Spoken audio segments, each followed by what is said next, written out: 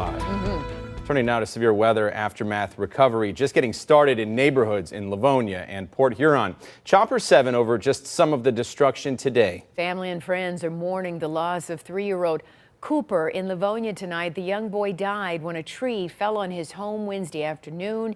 His mother, Corinne, is in the hospital right now. At last check, she is in critical condition, so a lot of prayers going out to her and certainly their family. So many thinking of their family. That tornado tearing through a Livonia neighborhood, causing major damage and destruction. And that is where we find 7 News Detroit reporter Whitney Burney. Whitney, what does it look like out there right now? Because there was so much destruction yesterday. Well, Carolyn and Simon, Houghton Street, where we are right now, where a lot of that damage is, looks much better than it did when we got here this morning. When we originally arrived, you couldn't even drive through this area. There were trees thrown about the entire street. Those trees have now been turned into logs after tree trimming companies spent hours here putting in work, trying to clear up this area. Neighbors who were here when that storm touched down didn't hesitate to jump in and help beforehand. In what seemed like seconds, it went from raining a little bit to everything down, and just with the quickness. Neighbors near Mason and Houghton in Livonia watched tragedy unfold. Transformer popped, TV went out, everything, and you heard like big branches breaking, and when we looked out, we could see, and we walked down, because it's about 3 houses from us, and we looked down this Mason here, and it was just total destruction. An EF1 tornado landing just after 3:30 Wednesday afternoon, bringing down power lines and countless trees and making it impossible to travel through the area. This is GoPro footage from this morning after hours of cleanup, really painting a picture of the storm's power. We knew that thunderstorms were coming, but it just seemed, this intensity seemed to come out of nowhere. We had no warning. One of those fallen trees taking the life of a 3-year-old boy and severely injuring his mother, who were at home at the time.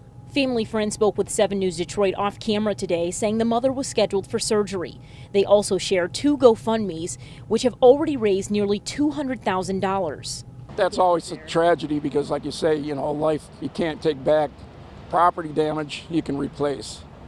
You know, and it's just sad when you hear of something like that happening to somebody else. A gut-wrenching reality hard for neighbors to come to grips with. I'm just so sad for that family. No parent should have to bury their kid. It's super unfortunate. As cleanup continues,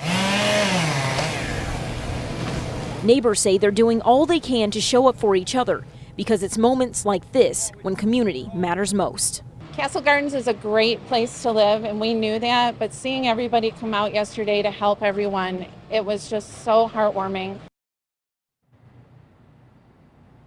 Giving you another look at the massive uprooted tree at the home where that tragedy hit. This isn't the tree that actually landed on the home. This is another one in their front yard. Tonight, a lot of customers in this area, DTE customers, lost power. We did talk to the utility company. They're hopeful to have 95% of this neighborhood back online before the end of the night tonight. We've also shared information on those 2 GoFundMes inside this article at WXYZ.com.